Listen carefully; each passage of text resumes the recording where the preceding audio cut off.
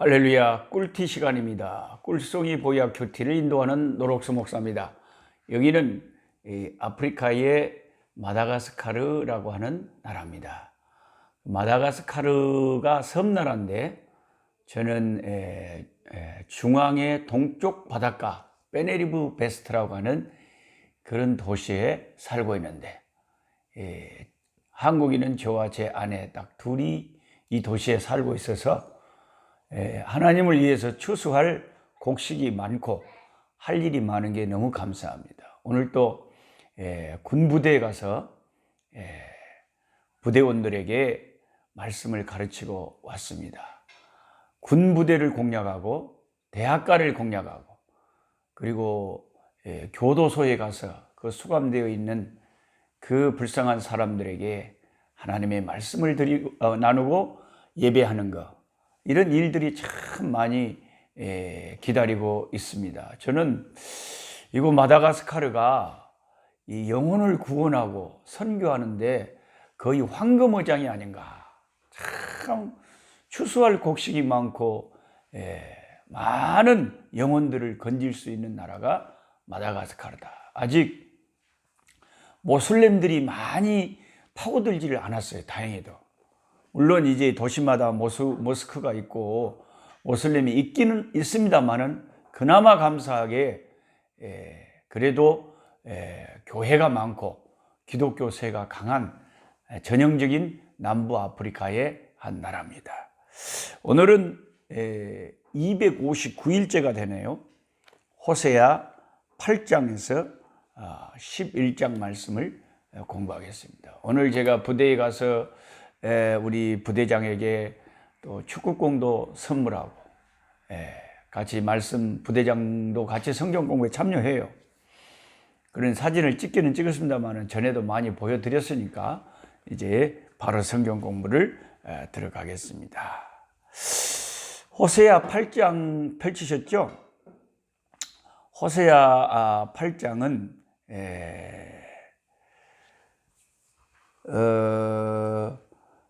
1절에 나팔을 내 입에 댈지어다. 나팔을 입에 댈지어다. 원수가 독수리처럼 여호와의 집에 덮칠 것이다. 자, 이스라엘에게 나팔절이라고 하는 절기도 있습니다만은 나팔을 부는 경우는 가장 중요한 케이스가 두 가지 경우입니다. 첫째는 갑작스럽게 우리나라에 공수경보가 울린 것처럼 전쟁이 일어난 거예요. 그럼 나팔을 불어서 사람들로 하여금 대비하고 피난하게 해야 될 거 아닙니까? 그러니까 나팔을 불어야죠. 또 한 가지 경우에는 이제 하나님 앞에서 절기를 알리는 나팔절에도 나팔을 불었고요. 하나님이 모세를 통해서 말씀하신 하나님을 섬겨야 되는 절기를 알릴 때 나팔을 불었다. 그러면 이 호세아 8장 1절의 나팔은 어떤 경우의 나팔입니까? 이건 절기를 위한 나팔이 아니라 전쟁을 말하는 나팔입니다. 그러니까 지금 임박한 아수르의 공격이 임박했다. 이스라엘의 멸망이 가까웠다. 거의 지금 나팔을 입에 대야 될 상황이다. 이렇게 말씀하는 겁니다. 그 원수가 독수리처럼 덮쳐서 이 나라를 삼켜버릴 거다. 이는 그들이 내 언약을 어기며 내 율법을 범함이로다. 이유는 한 가지, 명료합니다. 하나님의 말씀을 무시하고 하나님의 말씀을 범하고 말씀을 순종하지 아니한 이스라엘 백성을 하나님이 채찍을 드시는 때가 다가왔다는 거죠. 2절에 그들이 장차 내게 부르짖기를 나의 하나님이여 우리 이스라엘이 주를 아나이다 하리라.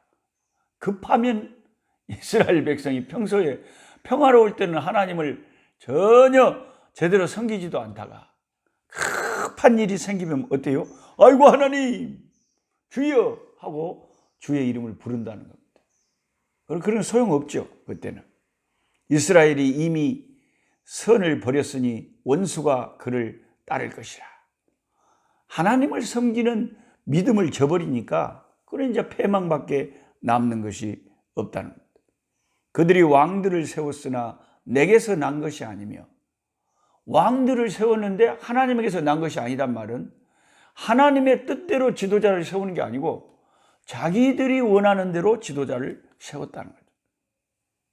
그들이 왕들을 세웠으나 내게서 난 것이 아니며 그들이 지도자를 세웠으나 내가 모르는 바입니다. 그들이 왕이나 지도자를 세울 때 하나님의 뜻을 묻고 하나님의 뜻 안에서 지도자를 세우는 게 아니라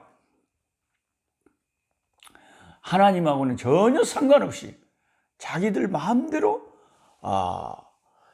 지도자를 세웠고 금으로 자기를 위하여 우상을 만들어나니 결국은 파괴되고 말리라. 결국 우상은 파괴되고 말지요. 우리가 다니엘서에 다니엘이 다니엘 시대의 느부갓네살이 꾼 꿈을 통해서 인류 역사를 나타내는 큰 신상을 보았는데 공중에 뜨인 돌이 나타나서 인류 역사를 다 마무리 지어버리는 예수님이 공중에 나타나셔서 우리 인간 역사를 이제 끝장내실 것이라는 겁니다. 하나님께서 결국은 모든 우상은 파괴하고 말 것입니다. 5절에 사마리아여 네 송아지는 버려졌느니라. 사마리아는 북이스라엘을 말하는데 사마리아나 에브라임이나 북이스라엘이나 다 같은 북이스라엘을 지칭하는 말인데 네 송아지는 버려졌다. 그들이 베델이나 길갈에 송아지 우상을 세워놓고 이게 우리 신이다. 그런 엉뚱한 짓을 한 나라가 북이스라엘이었어요. 그래서 하나님이 선지자를 통해서 네 우상 송아지는 버려졌다. 내 진노가 무리를 향하여 타오르나니 그들이 어느 때에야 무죄하겠느냐. 언제나 그들이 정말 죄를 씻고 하나님께 나오겠느냐. 6절에 이것은 이스라엘에서 나고 장인이 만든 것이라 참 신이 아니니 사마리아의 송아지가 산산조각이 나리라.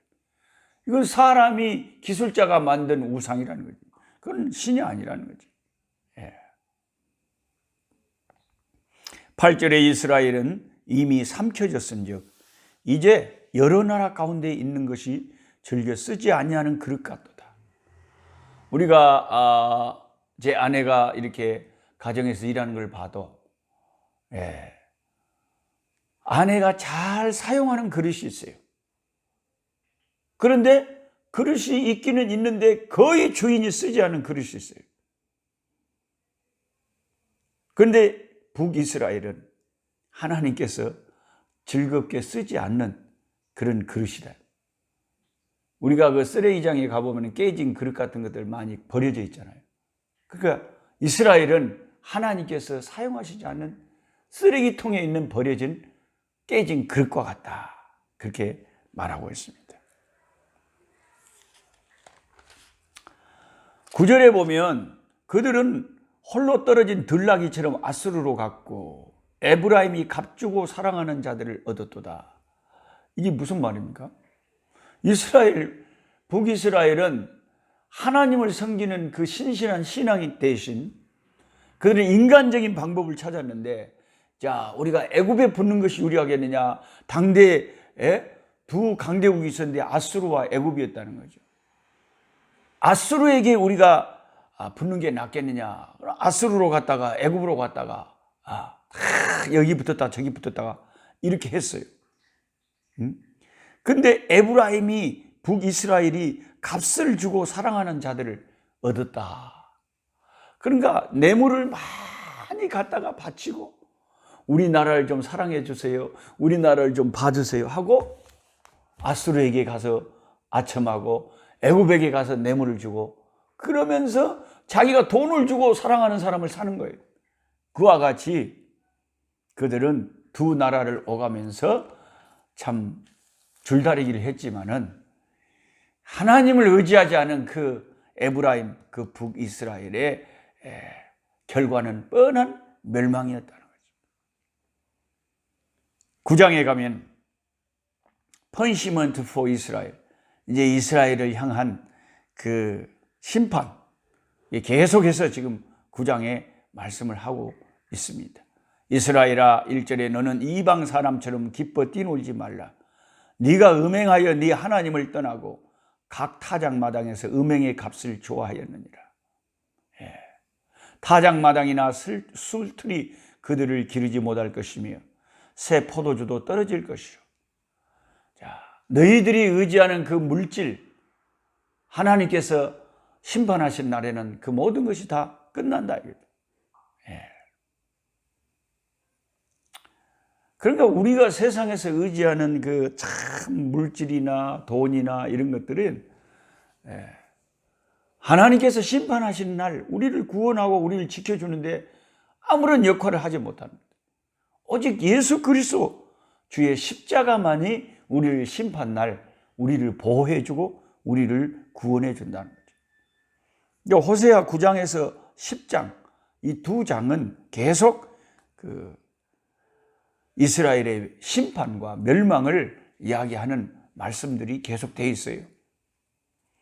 여러분 그 에브라임이라고 지금 북이스라엘을 부르는데 에브라임이라고 하는 이 이름, 요셉의 두 아들 므낫세와 에브라임이 있었잖아요. 근데 에브라임이라고 하는 이 이름의 뜻은 책에 이렇게 써져 있어요. 갑절의 열매를 맺다라는 뜻이죠. 2배의 열매를 맺는 거예요. 에브라임. 그래 에브라임이 그 이름대로 자기 형보다 갑절의 축복을 받았잖아요. 근데 이 사람이 이 에브라임이 교만해졌어요. 교만해져 가지고 점점 이제 광야 생활에서도 교만해 가지고 그 숫자가 줄어들더니 나중에는 이제 북이스라엘 이제 다윗 왕가를 배반하는 여로보암을 따르고 북이스라엘에 이제 하나님 대신 송아지 우상을 섬기는 그런 희한한 이름만 이스라엘이지 하나님을 잘 섬기지 않는 지파의 주도적인 역할을 한 것이 이 에브라임이에요. 그런데 그 에브라임이라고 하는 이름의 뜻을 상기시키면서 하나님께서 추수 때 거두어 드릴 열매가 그들이 이제 없을 것이라. 타작마당이나 술틀이 그들을 더 이상 기르지 못하고 새 포도주도 떨어질 것이다. 즉 2배의 열매를 맺는다고 하는 이 에브라임의 기근과 심판이 임함으로 전혀 열매가 없는 그런 날이 올 것이다. 그러니까 에브라임의 이름을 사용하여 이 선지자가 그 이름에 빗대어서 지금 심판의 메시지를 선포하고 있는 것입니다.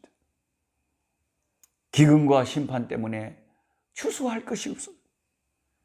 그리고 10절부터 보면 이제 그 가정에서도 자녀들이 이제 자식들이 생겨나질 않는다는 거죠. 그거 열매를 2배로 맺혀야 될 에브라임이 후손이 없으면 어떻게 됩니까? 10절에 옛적에 내가 이스라엘을 만나기를 광야에서 포도를 만난 같이 하였으며 너희 조상들을 보기를 무화과나무에서 처음 맺힌 첫 열매를 본 같이 하였거늘 그만큼 전에 주님이 이스라엘 백성을 사랑해서 이끌어 줬잖아요. 그런데 그들이 바알보올에 가서 부끄러운 우상에게 몸을 들이므로 저희가 사랑하는 우상같이 가증하여 줬다. 아주 그들이 사랑하는 우상처럼 이스라엘 백성이 하나님 앞에 가증하게 돼버린 거죠. 에브라임의 영광이 새같이 날아가 버린 해산하는 것이나 아이 베는 것이나 임신하는 것이 없으리라. 갑절의 열매를 맺는다고 하는 이 에브라임에 해산하는 일이 없고 임신하는 일이 없고 아이를 베는 일이 없어진대요. 이건 이제 완전히 그 뭐 애기 낳아봤자 우상 숭배할 것이고 아수르에게 그 군대의 칼날에 죽임을 당할 것이니 차라리 안 나는 게 낫겠죠. 하나님께서 자식의 축복을, 후손의 축복을 하나님께서 주시지 않겠다는 것이죠. 이게 무서운 심판이지. 이게 무서운 심판이지. 사실 우리가 성경에서 보면은 이스라엘에게는 자녀를 많이 두는 게 큰 축복이었잖아요. 우리가 시편에서도 공부했지만은 시편 127편을 보시면 손이 부지런하신 분들은 저랑 같이 한번 성경을 펼쳐보세요. 잘 아는 말씀이라도 자꾸 봐야 우리 머리에 마음에 남는 거예요. 자, 시편 127편 3절부터 보세요. 보라, 자식들은 여호와의 기업이요 태의 열매는 하나님의 상급이로다. 젊은 자의 자식은 장사의 수중의 화살 같은 이것이 그의 화살통에 가득한 자는 복되도다. 물론 특별한 케이스에 하나님께서 정말 복되고 사랑하는 종이고 귀한 믿음의 사람이지만 특수한 경우에 자녀가 없는 경우도 있습니다. 그런 특별한 경우에 있는 것을 이 말씀을 갖다가 대면서 당신은 이 말씀에 의지해 보면 복을 못 받은 사람이다. 그렇게 우리가 심판해서는 안 되고요. 정말 제가 옆에서 봐도 너무나 귀한 목사님, 귀한 선교사님, 훌륭한 종들인데 하나님이 자녀를 안타깝게 주시지 않는 가정도 있어요. 그것도 하나의 고난이죠. 인생의 고난, 인생의 십자가죠. 근데 그런 특수한 경우를 우리가 이런 말씀을 일반적으로 그렇게 말해서는 안 되고, 일단 특수한 경우를 빼면 자식을 많이 갖게 하는 것은 이스라엘이 전통적으로 자녀를 많이 잉태한 태를 복되다 그래요. 그건 사실이라는 거죠. 그런데 하나님의 심판이 시작되면 이 호세아 9장에 뭐라 그랬어요? 자식을 베는 것이나 임신하는 것이 없어지거든. 12절에 그들이 자식을 기른다고 할지라도 내가 그 자식을 없이 하여 한 사람도 남기지 아니할. 자식이 이제 전쟁의 칼에 죽어버리니까 이게 얼마나 무섭냐. 무서워요. 하나님의 심판이 태의 열매를 죽여버리시는, 아이를 낳을지라도 그 사랑하는 태의 열매를 죽이리라 그랬죠. 아이를 낳지 않게도 하시는 심판이 임할 뿐만 아니라 낳을지라도 그 애기가 죽는다는 거죠. 그만큼 무서운 심판이 임할 것이다. 10장에도 계속해서 그 심판을 말하는데 10장에서 이제 말하는 것은 2절에 이스라엘 백성이 두 마음을 품었다는 거예요. 이게 이제 신약의 야고보서에서 두 마음을 품어, 세상과 하나님을 향해서 두 마음을 품고 두 주인을 섬긴다. 물질과 하나님, 세상과 하나님, 두 신을 자기가 섬기는 사람이 있다는 거죠.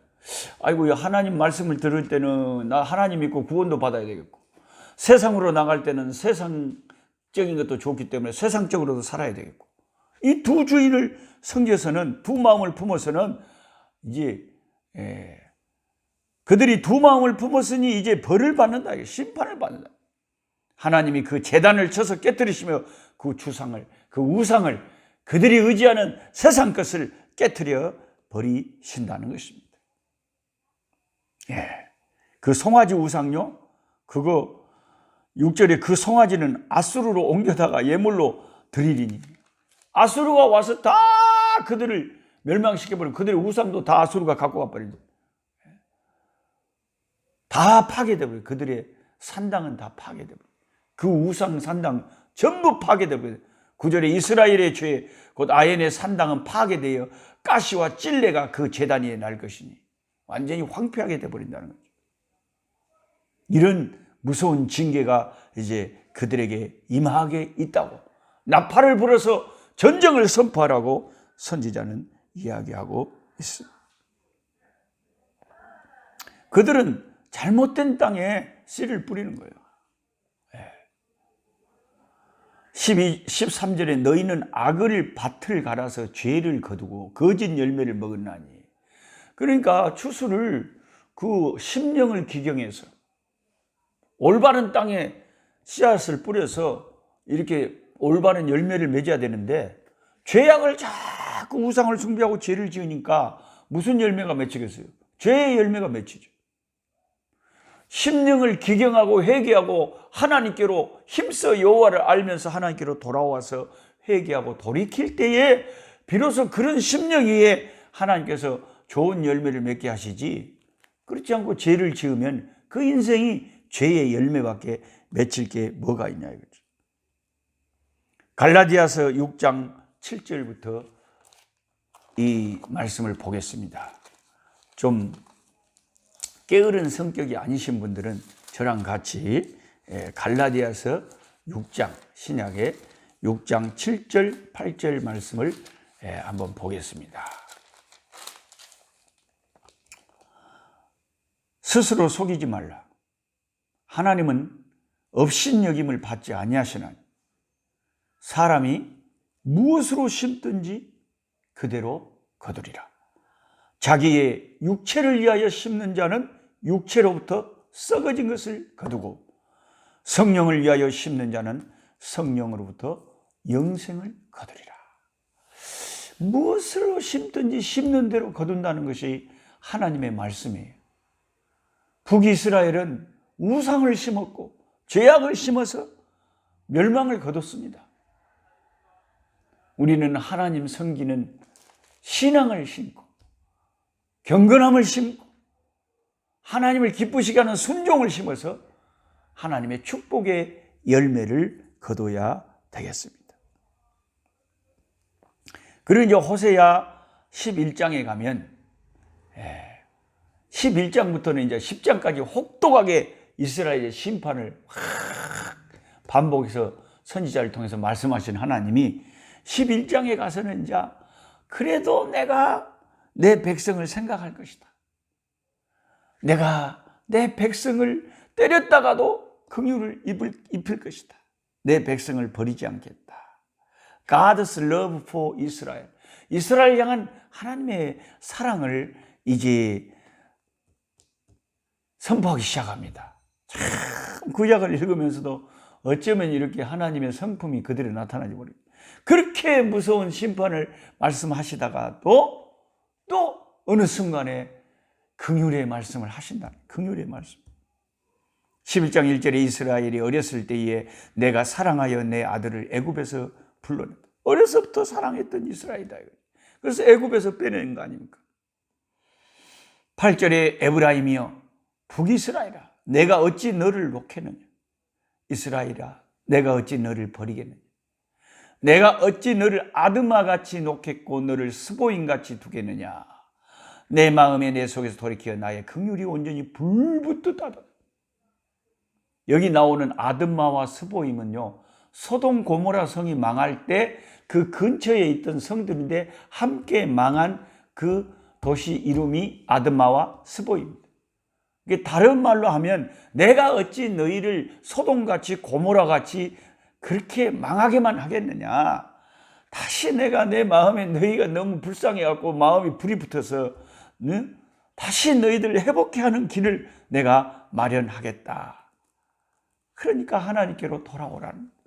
12절에 에브라임은 거짓으로 이스라엘 족속은 속임으로 나를 에워쌌고 유다는 하나님 곧 신실하시고 거룩하신 자에게 대하여 정함이 없이 그런 상태이지만 이제 12장 이후에 쭉 하나님께로 돌아오라고 말씀을 하고 있습니다.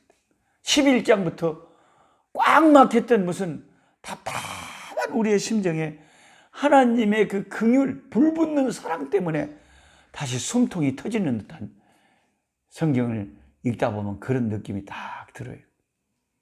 저와 여러분같이 죄인된 우리가 소망을 삼을 수 있는 것은 오직 하나님의 사랑뿐이죠. 십자가의 은혜밖에 우리의 소망이 근거가 없는 줄 믿습니다. 찬송하겠습니다. 545장.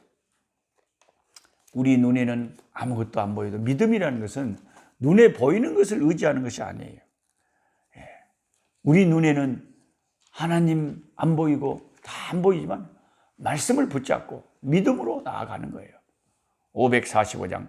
이 눈에 아무 증거가 아니 되어도 믿음을 가지고 걷고 나아가자. 이 눈에 아무 증거 아니 되어도 믿음만을 가지고서 늘 걸으며 이 귀에 아무 소리 아니 들려도 하나님의 약속의 소리라 걸어가세 믿음 위에 서서 나가세 의심 버리고 걸어가세 믿음 위에 서서 눈과 귀에 아무 증거 없어도 이 눈에 보기에는 어떠하든지 이미 얻은 증거대로 늘 믿으며 이 맘에 의심 없이 살아갈 때에 우리 소원 주 안에서 이르리. 걸어가세 믿음 위에 서서 나가세 의심 버리고 걸어가세 믿음 위에 서서 눈과 귀에 아무 증거 없어도 주님의 거룩함을 두고 맹세한 주 하나님 아버지는 참 밉보다 그 귀한 모든 약속 믿는 자에게 능지 못할 무슨 일이 있을까.